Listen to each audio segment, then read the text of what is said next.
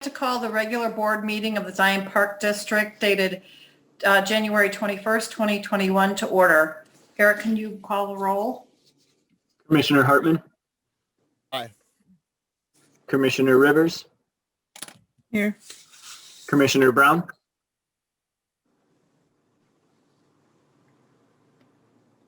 Here.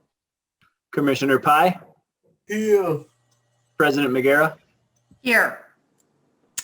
Okay, we are going to move on to the approval of minutes, and I will entertain a motion. Second. You need to say, can you say that motion? So can you repeat it? I'm entertaining motion for the approval of the minutes.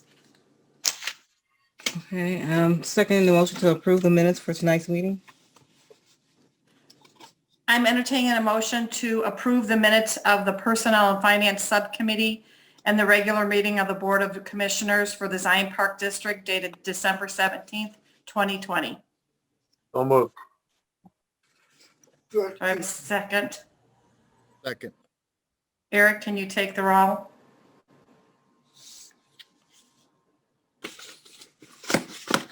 Muted. Eric, you're muted. Commissioner Pye? Aye. Commissioner Brown? Aye. Commissioner Rivers? Aye. Commissioner Hartman? Aye. President McGarrah? Aye. Okay, well, Todd, Kay, welcome. Did we have anything come in at all, Marilyn, from the community? Okay. All right, how about the agenda? Will there be any changes to the agenda? No. Okay, I will entertain a motion to approve the agenda as stated. I'll second it. Eric, can you call roll? Commissioner Hartman? Aye. Commissioner Rivers? Aye. Commissioner Brown? Aye. Commissioner Pye? Aye. President McGarrah? Aye. We'll move on to the next item, which is commissioner comments. Do I have any commissioners that have any comments? I do. I was very impressed with the annual report from Chad from the Park District Police. Did a great job. I will pass that along to him. I thought it was really a nice booklet, and I understood why he wanted to give you, a handheld copy. It was nice to have it in your hand, I think. Yes, I will echo his comments. It was very nice. I've handled multiple versions of that through multiple agencies, and he was very thorough in what he had to do or what he did for a small department, and it wasn't too lengthy or too wordy. It was exactly what it needed to be. Great. I'll pass that along. Thank you. There's no other comments. We'll move on to the reports. Was there anything from the attorneys? No, nothing this month. Okay. We'll move on to the treasurer's report. I will entertain a motion for the approval of bills. I entertain a motion that we pay unpaid bills of 84,500.13.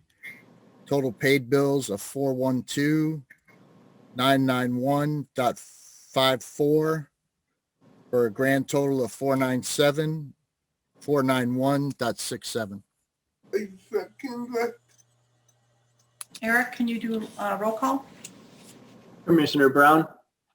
Aye. Commissioner Rivers? Aye. Commissioner Hartman? Aye.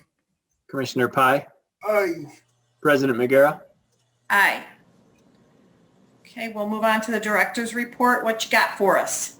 Okay, in addition to what I put in my written report, the COVID mitigation level, we are at tier 2. We were not, when the governor last week spoke, we were at we remained at tier 3, and then over the weekend he dropped us to tier 2, which does allow us to have some programming increases. So the rec team has been working hard on that this week and figuring out what we can do and how we can do it. kind of going back to where we were before things really shut down in November. So there are some classes that we can do. There's some gatherings that we can have. So working on that. Also, because we remained in tier 3, I challenged them to come up with some other ideas of things this spring that we can do that are COVID resistant, meaning we can do them even if they shut. One they already had in place was the Easter egg hunt, so that is now laid out how that's going to work this year, and it will be able to happen regardless of whatever level we're at, unless we are completely shut down, which I don't think is going to happen.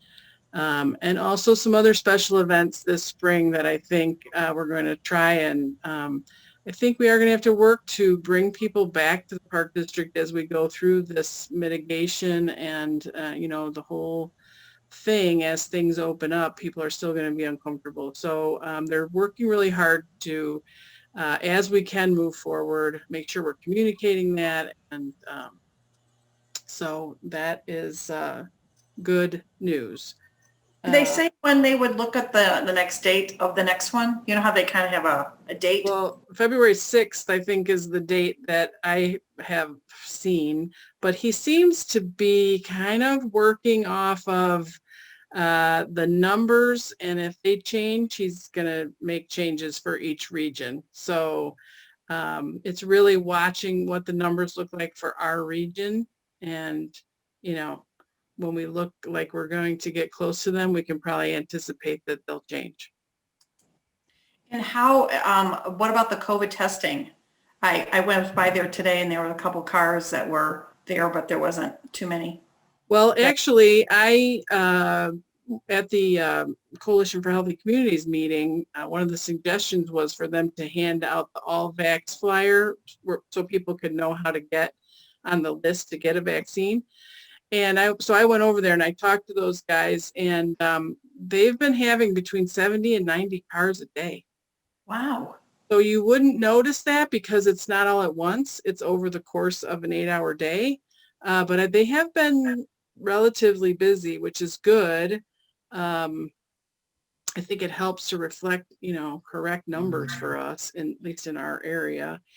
They are going to stay through the end of February over there, and are willing to stay into March if we feel like that's something that's necessary for the community.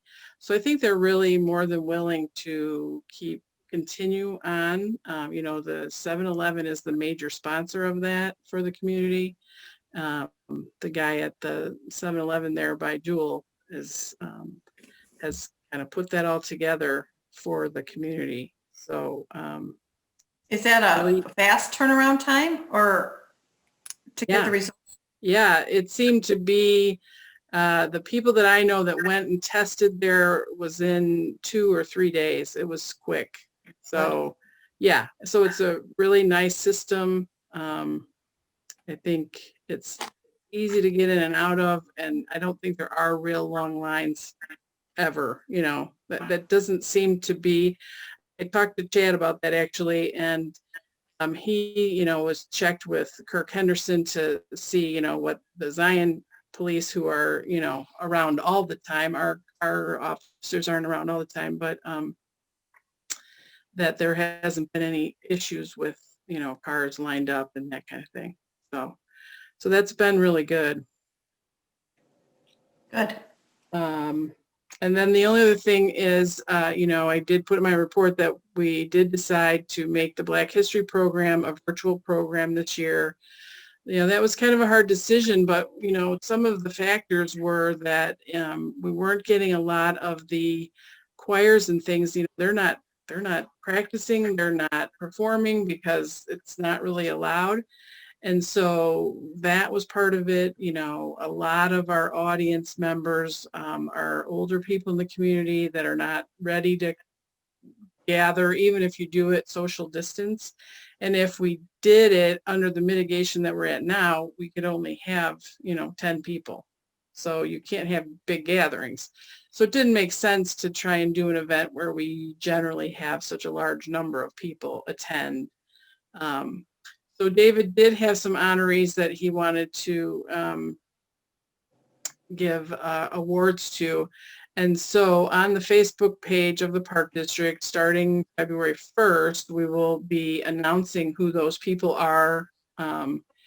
Then we're just looking at how we can celebrate Black History Month over the course of the month through the Facebook page with, you know, sharing the multitude of things that are out there in the community, some of the people who are being honored and the things that they do. You know, we're still kind of putting all that together, exactly how that's all going to roll out, but that's how we're going to do it, is virtually this year. And hopefully we can get back to having our big event next February. So I just wanted everyone to be aware of that and to watch for those on the Facebook page. There'll be like events on the Facebook page. Okay. Well, that's all I have. All right. We will move on to new business, which is the IAPD annual membership, which can be found on, starting on 54 and 55, I think, of your packet. Yeah, so I included the letter that IAPD sent to us with about the dues for this year. They have not increased, and they haven't increased for several years. I think that we do get a lot of value out of our membership with the Illinois Association of Park Districts. They have been really helpful through the legislative information about COVID, being in touch with the Department of Commerce and Economic Opportunity, who do some of the rules we have to go by, and the Illinois Department of Public Health. And they are, you know, standing in Springfield for us and really representing us in that legislative process, and, you know those people and make sure that they understand our needs going through this pandemic. And I think it's really valuable. So I would highly recommend that we continue with our membership as part of that association. They're very good at communicating that legislative information out to us too. Yeah, really helpful though with the COVID stuff too, you know, because they break it down and they make sure it's really clear for us and what affects us specifically. Because when you go to some of those websites, you know, there's a lot of information and it's not related to our business. It's related to all the businesses in Illinois. So really breaking that down for us and making it easier for us to navigate through that information, which is, you know, a lot of information. Anybody have any questions before I entertain a motion?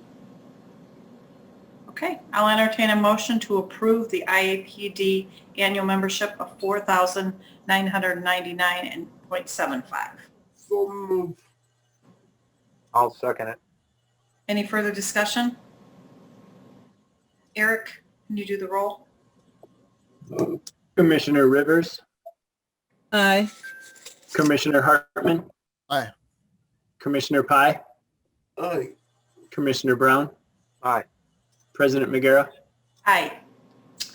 Okay, our last item for new, second last, Shiloh Park golf rates. So Okay. those are on page 55 of your, or the last page of your packet. So I included the schedule here, so it shows the difference between current rate, which is the red items, and the new rates. Basically are a couple of dollars for some weekday and some weekend. You know, as I said when we talked about shepherds, prior to COVID, we had anticipated raising fees just a little bit, just for keeping up more than anything else. You know, minimum wage has gone up a couple dollars in the last year and or so. So it's really just kind of to keep up with the expended expenses of operating the golf course. It's not to make a lot more money, because we won't. It's just to keep up with the expenditures that are happening. As we said, we were going to do it before COVID hit, and then it was like, okay, we're not going to do that on a year when, you know, people are struggling. But hopefully we'll see some recovery this year, and a couple dollars will help us to, you know, maintain that level of service that we have at Shiloh Golf Course, that people really do appreciate who golf there. Any questions from the commissioners? No, I saw above it on like $14 in the high. You can't go nowhere and play 9 holes for that amount. I've been to a lot of golf courses, $58 recharging 14 for $9. You can't beat that. I'm good with that. Right. Okay. I will entertain a motion to approve the proposed rates for the Shiloh Golf Course as stated. So move. Second. Any further discussion needed? Eric, can you call the roll? Commissioner Hartman. Aye. Commissioner Brown, Aye. Commissioner Rivers, Aye. Commissioner Pai, Aye. President Magera. Aye. Our last new business is adjournment. I'll entertain a motion to adjourn this meeting. I'll entertain a motion that we adjourn the meeting for January 21st, 2021. I'll second it. Eric? Commissioner Rivers, Aye. Commissioner Pai, Aye. Commissioner Brown, Aye. Commissioner Hartman. Aye. President Magera. Aye. Adjourned.